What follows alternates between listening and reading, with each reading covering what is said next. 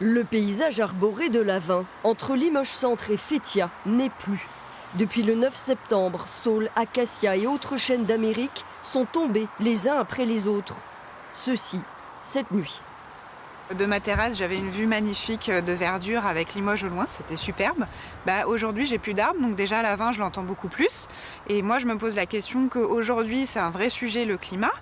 Pourquoi on a coupé tous ces arbres? C'était trop de verdure, trop d'oxygène, on préfère le bitume, je comprends pas. Il faut élaguer régulièrement, comme dans un lotissement où nous habitons. Donc il faut élaguer souvent. Alors je ne sais pas pourquoi ils n'ont pas plus élaguer que couper. Alors soit ils étaient dangereux, soit pour la sécurité par rapport à l'autoroute, je ne sais pas, les tempêtes, je ne sais pas.